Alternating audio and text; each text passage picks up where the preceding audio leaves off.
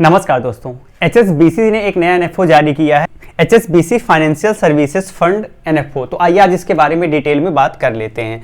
तो बेसिकली सबसे पहले इसके ऑब्जेक्टिव के बारे में बात करेंगे। तो अगर आप लंबे समय तक पैसा होल्ड करोगे तो आपका पैसा एप्रिसिएट करने की बात करता है। पूरी तरह से फोकस करेगा equity and equity related instrument. इसका मतलब यह है कि ऐसे कंपनियों में फोकस करेगा जो इंगेज्ड हैं फाइनेंशियल सर्विसेज में, तो उनमें ये निवेश करेगा। कोई एश्योरेंस प्रोवाइड नहीं करता है कि जो इसका ऑब्जेक्टिव है उसे ये अचीव कर ही लेगा।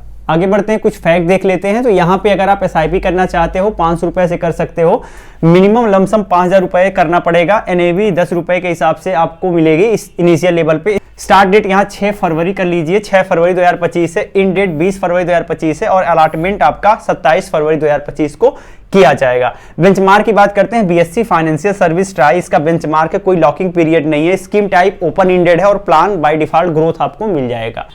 एग्जिट लोड की बात करते हैं, 1% का एग्जिट लोड होगा अगर आप 1 साल के पहले इसे रिडीम करते हो, यानी 10% से ज्यादा यूनिट अपना अगर रिडीम करते हो तो आपको 1% एग्जिट लोड देना पड़ेगा। स्टाम्प ड्यूटी 0.005% है। रिस्क बहुत ज्यादा रिस्क है। कैटेगरी की बात करते हैं, इक्विटी फंड कैटेगरी है। Fund manager mister Gautam Bhupal हैं जो कि डोमेस्टिक इक्विटीज के लिए हैं। प्लान की बात करते हैं, डायरेक्ट एंड रेगुलर प्लान है। मिनिमम इक्विटी में 80% का एक्सपोजर रखना मैंडेटरी है। मैक्सिमम 100% रखा जा सकता है, बट 20% फंड मैनेजर के ऊपर डिपेंड करता है। अदर इंस्ट्रूमेंट को चुनना चाहें तो भी चुन सकते हैं। एक्सपेंस रेशियो अप टू 2.25% है, जो कि एयूएम के इंक्रीज होने के साथ ये आपको कम होता हुआ दिखेगा। तो ये इसके बारे में कुछ बेसिक फैक्ट है। आइए बात कर लेते हैं इस स्कीम को संतुष्ट करने के लिए कुछ और चीजें जो कंपनी कह रही है उसके बारे में। तो पहली चीज तो कंपनी ये कह रही है कि भारत में जो है वो टेक्नोलॉजी बहुत तेजी से बढ़ी है, और जो टेक्नोलॉजी बहुत तेजी से बढ़ी है इससे फाइनेंशियल सर्विसेज का दायरा और ज्यादा व्यापक हुआ है और लोगों तक पहुंचना सुलभ हो पाया है।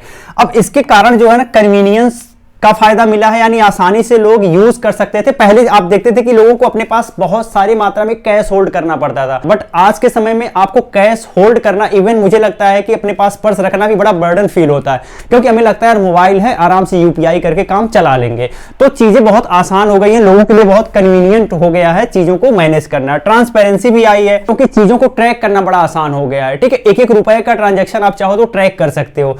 इसके साथ एसेसिबिलिटी, यानी आसानी से सबके पास चीजें आसानी से पहुंच गई हैं, सभी लोग इसका यूज कर सकते हैं। लोअर कॉस्ट है, क्योंकि साथ ही साथ कॉस्टिंग भी कम आई है। तो ये जो टेक्नोलॉजी है उसने फाइनेंशियल सर्विसेज को और ज्यादा इंप्रूव करने का प्रयास किया है, एक लेवल आगे पहुंचाने का प्रयास किया है। आगे बढ़ते हैं, इन्होंने कुछ फैक्ट दिया है जिसके बिहाफ पे आइए देखते हैं कि क्या रिजल्ट निकल के आता है। इन्होंने बताया financial sector to grow 2x of GDP to achieve Viksit Bharat vision. ठीक है, तो विकसित भारत विजन के हिसाब से इन्होंने बताया है। आइए देखते हैं, यहां पर सबसे पहले जीडीपी की बात करते हैं, ये ट्रिलियन में है, और यहां पे फाइनेंशियल एसेट ये भी $1 ट्रिलियन में है, और इसके बाद बैंक एसेट है ये भी $1 ट्रिलियन में है। यहां पे 2023 का आंकड़ा है, यहां 2030 का आंकड़ा है और 2047 का आंकड़ा है। अब 2023 में 4 कंट्री हैं, पहले यूएसए है, चाइना है, जर्मनी है और इंडिया है। यूएसए में अगर आप देखेंगे तो इसका जो 2023 में $27 ट्रिलियन जीडीपी था, लेकिन फाइनेंशियल एसेट की बात करते हैं, उसी पीरियड में यूएसए में $135 ट्रिलियन का फाइनेंशियल एसेट था, जबकि $32 ट्रिलियन का बैंकिंग एसेट था। सेम पीरियड में चाइना के पास $18 ट्रिलियन का जीडीपी था, 78 ट्रिलियन का फाइनेंशियल एसेट था और 52 ट्रिलियन का बैंक एसेट था। जर्मनी के केस में $5 ट्रिलियन जीडीपी थी, 21 ट्रिलियन फाइनेंशियल एसेट था और 12 ट्रिलियन बैंक एसेट था।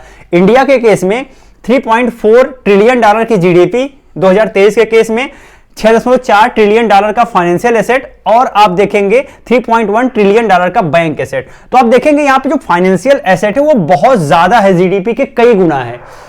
अब आते हैं 2030 में। 2030 में सिर्फ इंडिया का आंकड़ा है, तो आप समझिएगा 2030 में अगर इंडिया के जीडीपी की बात करें तो जो 3.4 ट्रिलियन 2023 में है, ये 2030 में लगभग डबल हो जाएगी और 7 ट्रिलियन हो जाएगी। इवन 2047 की बात करें तो 2047 में इंडिया की जीडीपी 30 ट्रिलियन की हो जाएगी। तो अगर यहां से यहां तक लेंगे तो लगभग 8x का ग्रोथ देखने को मिलेगा। यहां पे देख सकते हैं लगभग 8.8x का ग्रोथ यहां से यहां के पीरियड में देखने को मिलेगा। तो जबरदस्त ग्रोथ देखा जा सकता है फ्यूचर में। साथ ही साथ अगर हम फाइनेंशियल एसेट की बात करें तो फाइनेंशियल एसेट अभी 6.4 आपका 2023 में है।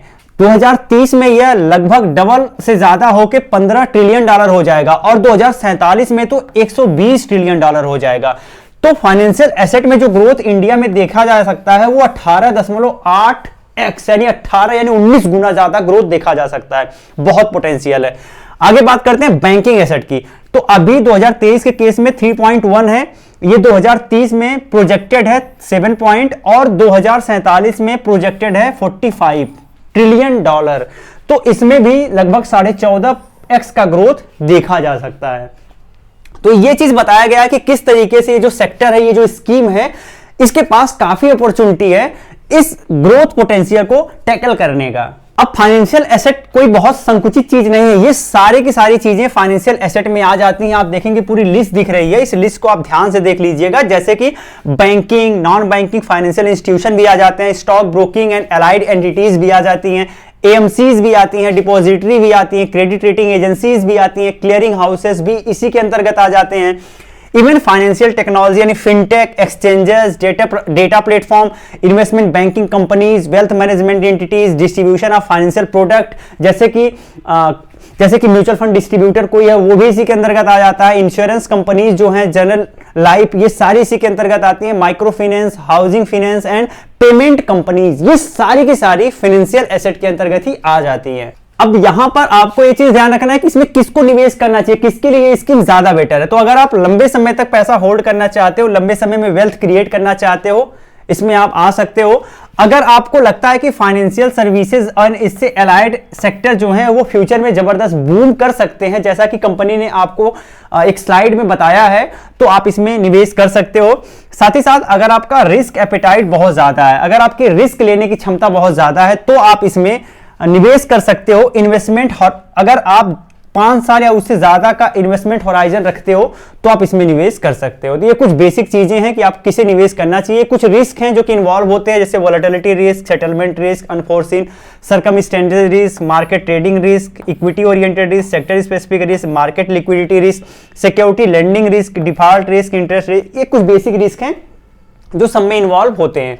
रिस्कोमीटर देखने की बात करते हैं तो यहाँ पे रिस्कोमीटर जो है इसका बहुत ज्यादा हाई है, स्कीम का भी रिस्कोमीटर बहुत ज्यादा हाई है। तो अगर आप बहुत ज्यादा रिस्क ले सकते हो तो ही आपको इसमें निवेश करना चाहिए। अब मेरी तरफ से कुछ बातें जो कि इस स्कीम के बारे में है, अगर यह वीडियो आप लास्ट तक देखे होंगे तो आपको समझ आया होगा कि फाइनेंशियल एसेट में बहुत ज्यादा ग्रोथ फ्यूचर में प्रोजेक्टेड है। बट ये प्रोजेक्टेड ग्रोथ है, कोई फिक्स नहीं है कि इसी हिसाब से इसी अनुपात में ग्रोथ हो। अगर इस प्रोजेक्टेड ग्रोथ में कोई वेरिएशन होता है तो इसका नुकसान आपके पोर्टफोलियो को पड़ सकता है। इवन ये एनएफओ है तो कंपनी अपने आप को प्रमोट करने के लिए बहुत सारे फैक्ट तलाशेगी, उन फैक्ट को रखेगी, बट ये जरूरी नहीं है कि ये सारे फैक्ट रियल लाइफ में भी उतना ही काम कर जाएं, क्योंकि पास रिटर्न कभी भी अगर कोई कंपनी पास में अच्छा काम कर रही है तो इसका कोई गारंटी नहीं है कि फ्यूचर में भी वो अच्छा काम करेगी। इवन आप बहुत सारी कंपनियों को देख सकते हैं जो उन्हें पास में बड़ा अच्छा रिटर्न दिया है लेकिन उनका फ्यूचर बहुत ही ज्यादा खराब रिटर्न देता हुआ दिखा है। तो ये सारी चीजें आपको ध्यान रख के उसके बाद इसमें निवेश करना चाहिए।